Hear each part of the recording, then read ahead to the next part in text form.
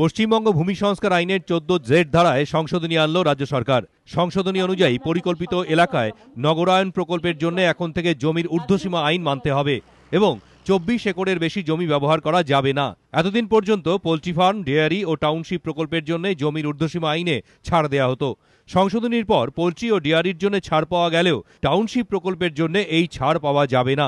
সংশোধনীতে বলা হয়েছে, পশ্চিমবঙ্গ ভূমি সংস্কার আইনের 14Z ধারায় পরিকল্পিত এলাকায় নগরায়ন প্রকল্পে ঊর্ধ্বসীমা বহির্ভূত জমি নেওয়ার যে সংস্থান ছিল তা বাতিল করা হলো। শুক্রবার বিধানসভায় এই সংশোধনী পাশ হয়। ভূমি দপ্তর সূত্রে দাবি, ভূমি সংস্কার আইনের সংশোধনীর জেরে পরিকল্পিত নগরায়ন বাধাপ্রাপ্ত হবে না। দুর্গাপুর, কল্যাণী বা সল্টলেকের মতো শহর তৈরির ক্ষেত্রেও আগামী দিনে সমস্যা হবে না, কেননা এই আইন বেসরকারি ক্ষেত্রের জন্য কার্যকর হলেও সরকারি ক্ষেত্রে তা কার্যকর নয়। তাই পরিকল্পিত নগরায়নের জন্য সরকারি স্তরে প্রকল্প গ্রহণে কোনো সমস্যা হবে না। দীপক ঘোষ, এবিপি আনন্দ, কলকাতা।